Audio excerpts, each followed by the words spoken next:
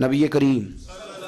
صلی اللہ علیہ وسلم فرماتے ہیں کہ ایک صحابی حضور کی بارگاہ میں آیا، عرض کی یا رسول اللہ صلی اللہ علیہ وسلم، پریشان رہتا ہوں اپنی آخرت کے لیے، اور یہ بھی بڑا اللہ کا فضل ہے کہ کوئی آخرت کے لیے پریشان ہو۔ حضور میں اپنی آخرت کے لیے بڑی پریشانی میں رہتا ہوں، کوئی ایسی بات بتا دیں کہ رب مجھے نجات عطا کر دے۔ تو نبی پاک صلی اللہ تعالیٰ علیہ وسلم نے ایک ہی بات ارشاد فرمائی، فرمایا تم اپنے رب کے ساتھ بددیانتی نہ کرنا، اللہ تجھے نجات عطا کر دے گا۔ عرض کی یا رسول اللہ صلی اللہ علیہ وسلم، اللہ کے ساتھ بددیانتی اور خیانت کیا ہے؟ لوگوں کے ساتھ تو معاملہ سمجھ میں آتا ہے کہ کسی نے کوئی رقم رکھوائی، کوئی ڈیوٹی دی، کوئی ذمہ لگایا، پورا نہ کیا تو بددیانتی ہو گئی۔ اللہ کے ساتھ بددیانتی کا معنی کیا ہے؟ تو نبی پاک صلی اللہ علیہ وسلم فرمانے لگے، وہ کام جو تمہیں خالص اپنے رب کی رضا کے لیے کرنے چاہیے تھے، ان کاموں میں اگر تم نے نیت کر لی نا کہ لوگ بھی دیکھ لے، غیر کا بھی تم نے ارادہ کر لیا، حکم دیا تھا اللہ رسول نے،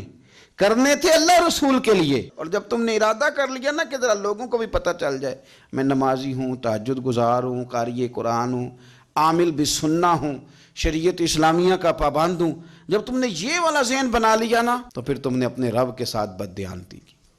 پھر تم نے خیانت کی، پھر تم نے ٹھیک نہیں کیا۔ جب تم نے یہ ذہن بنا لیا کہ لوگوں کو پتہ چل جائے۔ حضرت شاہ منصور رحمۃ اللہ علیہ فرماتے ہیں کہ میرا ایک شخص سے بڑا قریبی تعلق تھا اور میں اسے بڑا نیک سمجھتا تھا، اور اچھے الفاظ میں اس کا لوگوں کے ہاں ذکر تھا، لوگ اسے نیک ہی سمجھتے تھے، لیکن مجھے کسی نے بتایا کہ وہ بہت ہی زیادہ بیمار ہے۔ میں تیمارداری کرنے گیا، میں نے اسے جا کے دیکھا تو بڑی اذیت میں تھا۔ میں نے کہا کیا ہوا؟ کہنے لگا حضور اپنے گناہوں کی پاداش میں ہوں۔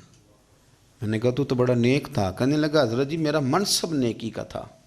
میں نے تہجد پڑھی تاکہ لوگوں کو پتہ چل جائے میں نیک ہوں، میں نے تسبیح پھیری تاکہ پیری مریدی میں اضافہ ہو، میں نے سنت شریعت کا لبادہ اوڑھا تاکہ میرے عقیدت مند بڑھ جائیں۔ وہ کام جو اللہ رسول کے لیے کرنے تھے انہی کاموں پر میں نے یہ نظام بنایا کہ جس سے خرابی واقع ہونے لگی حضور، پھر میں بیمار ہوا، اتنا بیمار ہوا کہ اٹھا نہیں جاتا تھا۔ ایک دن پھر میں نے قرآن شریف منگایا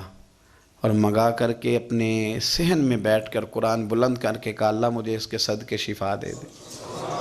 آج کے بعد ایسا کام نہیں کروں گا۔ رب نے تو شفا دے دی پر میں نہیں باز آیا، میں گویا بیچتا رہا تہجد کو، میں سیل کرتا رہا اپنے وظیفوں کو، میں نے وہ جملے، وہ الفاظ، وہ تلاوتیں، وہ نعتیں، وہ میں کرتا رہا، سیل کرتا رہا۔ پھر بیمار ہو گیا، پھر دعا مانگی، قرآن شریف شروع کیا، پڑھا، سورہ یاسین تک پہنچا، پھر بلند کیا، اللہ اس کے صدقے شفا دے دے، وہ بڑا ہی مہربان ہے، اس نے پھر معاف کر دیا۔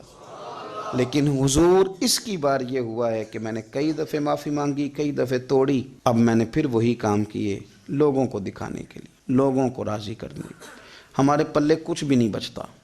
جو کچھ ہے وہ دوسروں کو دے ڈالا۔ اس لیے نبی پاک علیہ السلام فرماتے ہیں قیامت کے دن اللہ تعالیٰ کچھ لوگوں سے فرمائے گا جن کو دکھانے کے لیے نمازیں پڑھتے تھے جاؤ ان سے جا کے اجر مانگو، جن کو دکھانے کے لیے تم نے صدقات کیے ان سے کہو تمہیں اجر دیں، جن کو دکھانے کے لیے تم نے روزے رکھے ان سے کہو تمہیں اجر دے۔ وہ جو تم نے لبادے اوڑے نا اور بڑا کچھ تم بنے کہ میں داڑھی والا، میں پگڑی والا، میں جبے والا، جن کو دکھانے کے لیے کیا جاؤ جا کے ان سے اجر لو، میں تو تمہیں اس چیز کا اجر دوں گا جو تم نے خالص میرے لیے کیا۔ تو وہ شخص کہنے لگا حضور اب میری یہ کیفیت ہے کہ اس دفعہ میں قرآن منگاتا ہوں، پڑھنے کی کوشش کرتا ہوں پر میری زبان پہ جاری نہیں ہوتا، آپ میرے لیے دعا فرما دیں۔ کہتے ہیں میں بھی رویا، وہ بھی رویا، ابھی میں اس بستی سے باہر نہیں نکلا تھا کہ اس شخص کا انتقال ہو گیا، وہ چلا گیا۔ آج تک پریشان ہوں کہ مالک بندہ نوازی فرما، تھوڑا سا اپنے لیے بھی ہمیں کچھ کرنا ہے، ہمیں غور کرنا ہے کہ یہ کام کرتے وقت میرا ارادہ کیا ہے، اس کام سے میرا مقصود کیا ہے، اور جس ارادے سے میں کر رہا ہوں پھر اس کا نتیجہ کیا ہے۔ اگر اسی طرح الجھ گئے، میں کہتا ہوں کہ ہم نے دعوتیں ولیمے بھی کھائے اور ہم منگنی میں بھی گئے اور ہم بارات میں بھی گئے اور ہم جناب سیاسی میٹنگ میں بھی گئے، کس لیے کہ دنیا داری ٹھیک رہے، کہ سارے کام دنیا کے لیے کر لیے تھے تو اب نمازیں تو نانا دنیا داری کے لیے پڑھیں،